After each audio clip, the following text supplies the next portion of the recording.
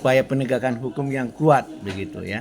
Nah, bahkan kalau dalam Undang-Undang 20 tahun 2001 tentang KPK, bukan Undang-Undang 31 ya, 20 tahun 2001 itu disebutkan bahwa kalau sudah dilanjutkan pada suatu penyidikan perkara dan kemudian sampai pada penetapan tersangka, maka KPK tidak boleh menghentikan penyidikan.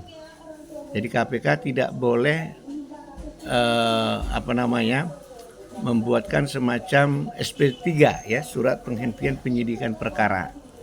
Nah, karena itu berarti kalau KPK itu sudah menetapkan seseorang sebagai tersangka dalam suatu penyidikan, maka itu akan harus berlanjut sampai di pengadilan. Nah, inilah terkadang dianggap seolah-olah strike-nya itu adalah ketegasan kepada pihak lembaga KPK ini supaya tidak bisa diajak berkompromi ya. Nah, tapi menjadi persoalan adalah apakah memang dengan cara begitu strike tadi, pengetatan itu sudah bisa memastikan adanya suatu proses keadilan yang sesuai dengan hukum yang sebenarnya. Nah, kenyataannya dalam hal ini tidak seperti itu ya. Ada bahkan bukan banyak sih, ada beberapa kasus yang besar itu yang akhirnya sudah ditetapkan sebagai tersangka, tetapi karena tidak kuat alat buktinya, maka tidak dilakukan penahanan ya, dan hasil penyidikan tidak dilimpahkan kepada penuntut umum, walaupun di dalam KPK ini di sana ada penyidik ya, di dalam satu instansi itu, sekaligus di dalam KPK itu juga penuntut umumnya. Jadi kepolisian yang ditarik dari lembaga kepolisian masuk di dalam tubuh KPK itu dibebaskan dari fungsinya sebagai kepolisian, anggota kepolisian RI. Dia tunduk kepada KPK. Demikian juga dengan Kejaksaan Agung ya, yang menempatkan adanya jaksa penuntut umum di tubuh KPK ini, dia harus melepaskan dirinya dari jabatan kejaksaan yang ada di Kejaksaan Agung. Jadi dia harus melaksanakan visi misi dari KPK itu sendiri. Nah, dalam hal ini terkadang kelemahan dari dalam satu sistem itu, satu lembaga penyidik dan penuntut umum disatukan dalam satu lembaga, kelemahannya alat kontrol untuk pengawasan kepada kedua lembaga ini, karena mereka pada dua wewenang ini, tapi disatukan di dalam satu lembaga, yaitu tadi KPK. Nah, jadi di sini menjadi hambatan adalah untuk menilai apakah proses penyidikan ini sudah benar atau belum. Nah, biasanya ini kan diawasi oleh penuntut umumnya, jaksanya. Nah, oleh karena itu harus ada SPDP dikirimkan oleh pihak penyidik kepada penuntut umum, walaupun penuntut umum ini juga adalah yang ada di KPK. Nah, jangan-jangan itu tidak dilaksanakan, jadi tidak ada yang bisa mengetahui hal itu. Dan kemudian pihak penuntut umum tadi memberikan masukan, advis, nasihat atas mulai dari proses penyidikannya, struktur dari kegiatan yang tahap-tahapan yang akan dilalui di dalam proses penyidikan hingga pengumpulan bukti dan hingga penetapan tersangka itu harusnya dimonitoring oleh pihak kejaksaan tadi itu. Tetapi hal ini bisa saja tidak terjadi karena mereka masuk dalam satu lembaga. Jadi kenapa dipisahkan antara penyidik dengan penuntut umum di dalam KUHP? Tujuannya adalah untuk bisa mereka ini saling mengkontrol, saling mengawasi. Bahkan sesungguhnya penyidik dapat mengajukan gugatan pra-peradilan kepada Kejaksaan Agung atau kepada kejaksaan. Apabila kejaksaan itu menghentikan penyidikan yang sudah dilimpahkan oleh pihak kepolisian kepada kejaksaan. Ternyata pihak kejaksaan tidak meneruskannya ke pengadilan dengan berbagai alasan, maka diterbitkanlah namanya SKPKP ya, surat ketetapan penghentian penuntutan. SKPP ya. Tapi kalau di dalam kepolisian namanya SP3, surat penghentian penyidikan perkara. Nah, dalam hal ini kejaksaan pun dapat mengajukan pra peradilan kepada kepolisian apabila kepolisian sudah menerbitkan SPDP, surat pemberitahuan dimulainya penyidikan kepada jaksa penuntut umum, dan kemudian sudah ada advis dari kejaksaan kepada kepolisian tentang apa yang harus diperlukan sebagai barang bukti maupun alat bukti. Ternyata kemudian oleh pihak kepolisian menghentikannya dengan menerbitkan SP3. Sebenarnya pihak kejaksaan pun berwenang untuk mengajukan pra peradilan. Jadi selama ini siapakah yang berwenang mengajukan pra peradilan? Pertama adalah dalam hal ini si tersangka, si pelakunya. Dalam hal apa itu? Apabila terjadi misalkan penahanan yang melebihi, ya, penahanan yang lebih.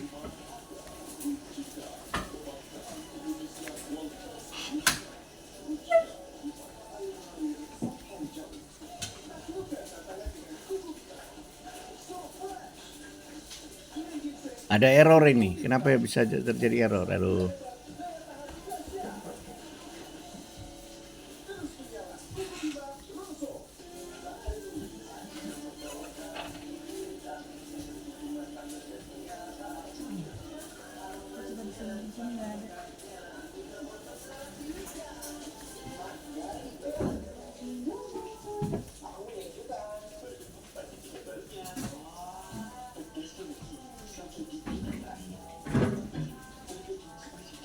Ya, ini sinyal kali di tempat saya yang tidak ada, sempat hilang dia. Ini masih didengar nggak? Ada berapa orang ini yang masuk ini teman-teman? Suara Bapak ke-mute, Pak. Sorry, Pak. Oh ya. Ya, ini ada berapa orang yang masuk ini teman-teman? Masih ada kan orangnya? Masih, Pak. Oke, baik.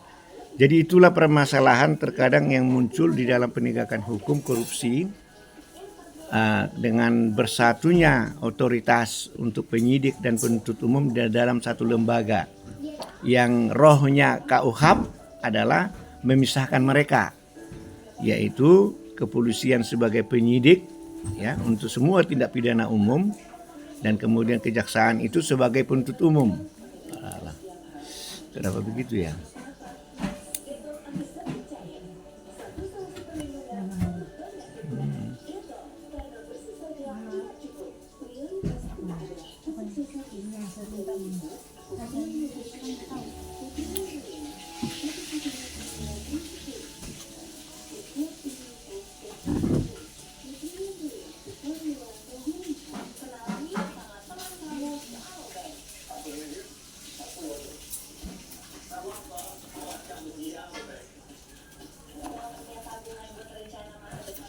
Bapaknya keluar ya?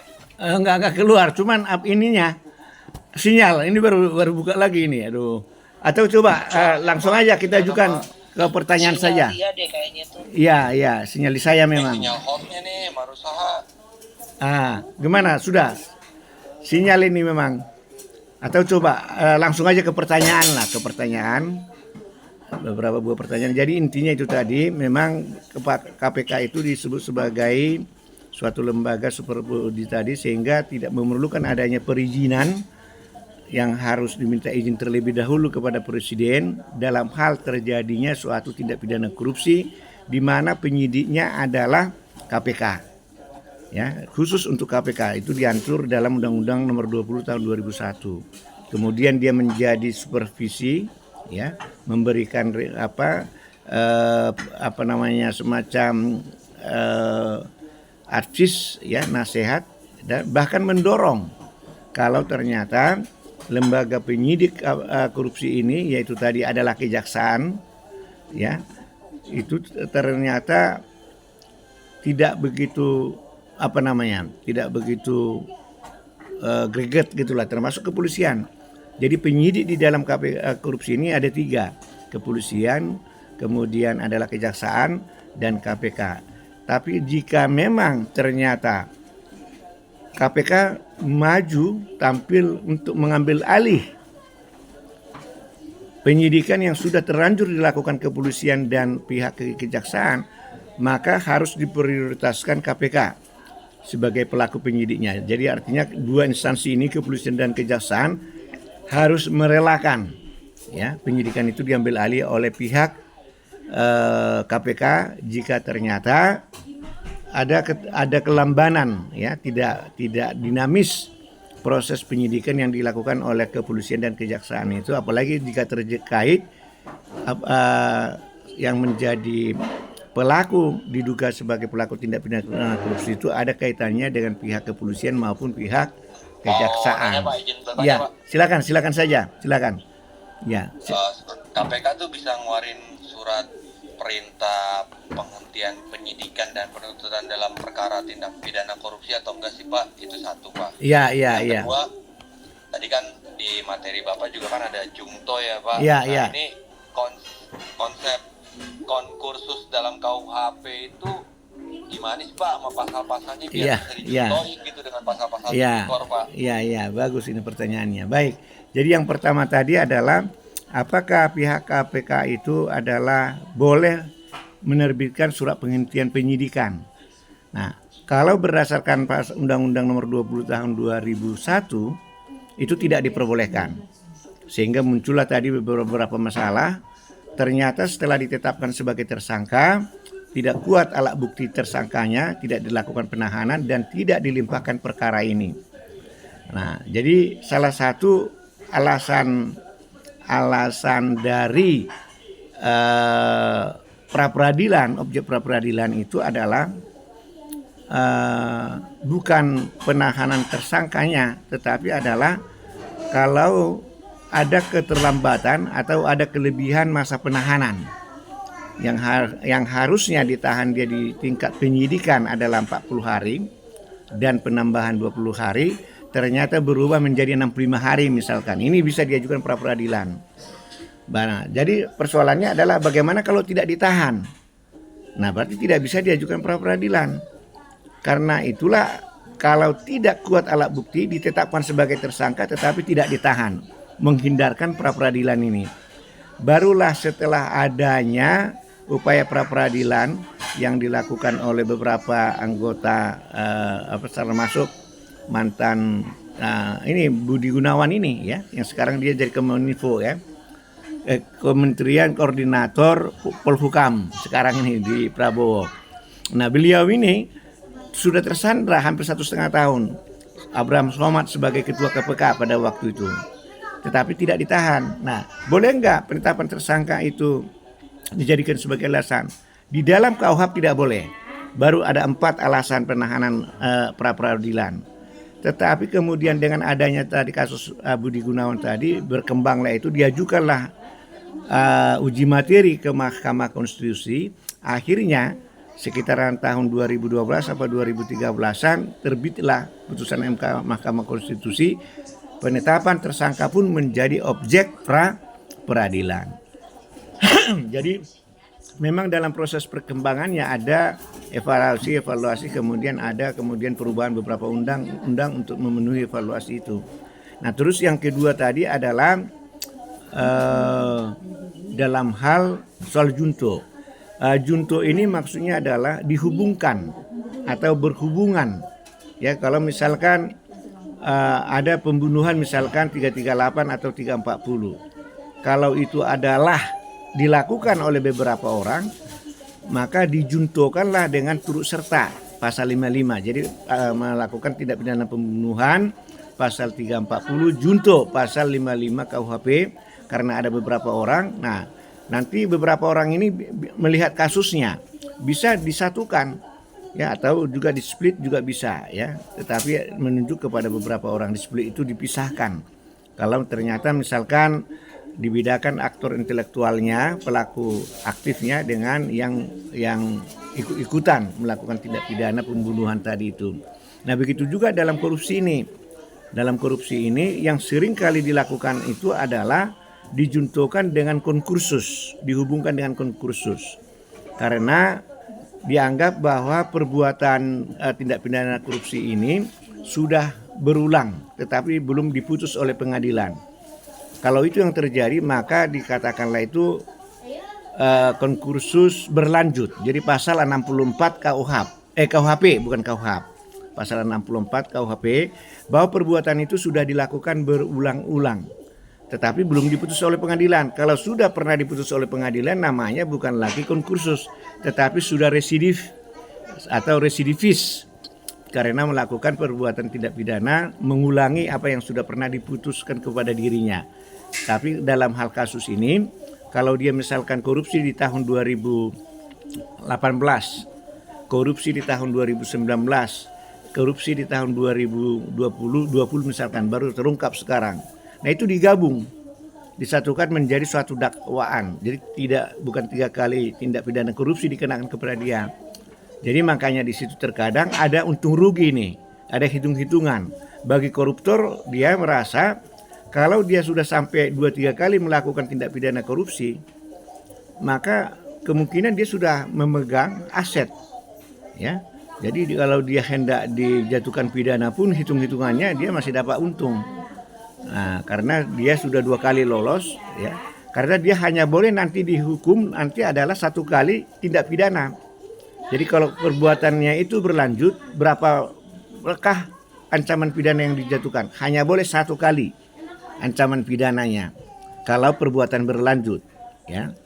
Tapi kalau perbuatannya itu adalah konkursus realis, nah di sini bedanya di mana? Kalau ada beberapa tindak pidana yang dilakukan yang tidak sama jenisnya, tidak sama. Jadi kalau misalkan perbuatannya adalah di dalam tindak pidana korupsi adalah pasal 3 misalkan penyalahgunaan wewenang, ya.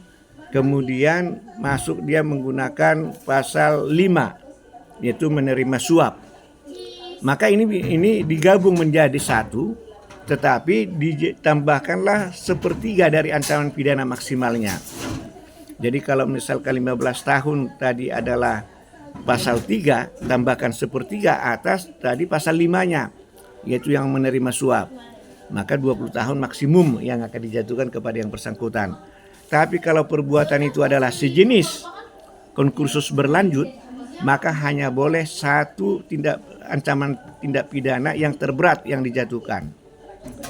Jadi kalau misalkan selama ini yang bersangkutan ini pelaku pencurian biasa, mencuri biasa mengambil barang orang 362 begitu ya, pencurian biasa yang dilakukan.